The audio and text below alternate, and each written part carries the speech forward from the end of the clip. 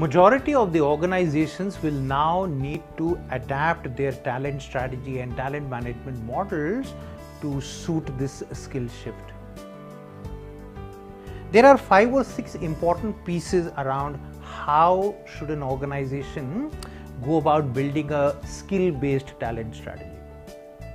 The first and the obvious one is to slowly and gradually shift away from complex and multidimensional competency frameworks to more of granular skills that are required. Of course, in today's world, there are certain skills which have become hygiene. For example, digital skills or communicating in the virtual world. So these may not be very rare or unique skills. So therefore, your entire talent strategy has to take that into consideration. As you start looking at people from a skills lens, it will also be important that we start relooking at the way roles are defined and therefore the job descriptions are written for them. I think one thing that perhaps needs a complete overhaul or even be let go of today's world is these job descriptions. What is irony about these job descriptions is that majority of the people, I cannot put a number because I don't remember any research per se, but I do believe majority of the people never end up doing the job description that they signed up for. So any which ways the job descriptions are redundant. Today, there is a need to create roles and job descriptions which are more focused on the real outcomes people will produce.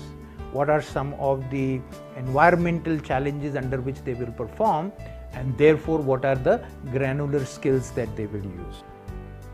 The other opportunity is to look at how we are assessing the skills. Today, testing is just one form of assessing skills.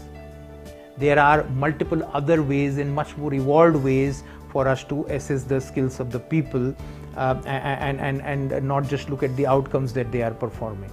So complete overhaul of skill assessment strategy is required. Then, if you look at it, fundamental shift is that skills have to now form the fundamental basis of every HR process, right from hiring to compensation planning, to workforce planning, to promotion decisions, to succession planning, and so on and so forth.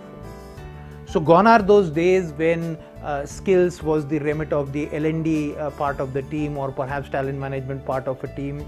It's not like that anymore. Today, skills have entered into every aspect of HR, and if your current talent management strategy does not have skills integrated, then there is a challenge.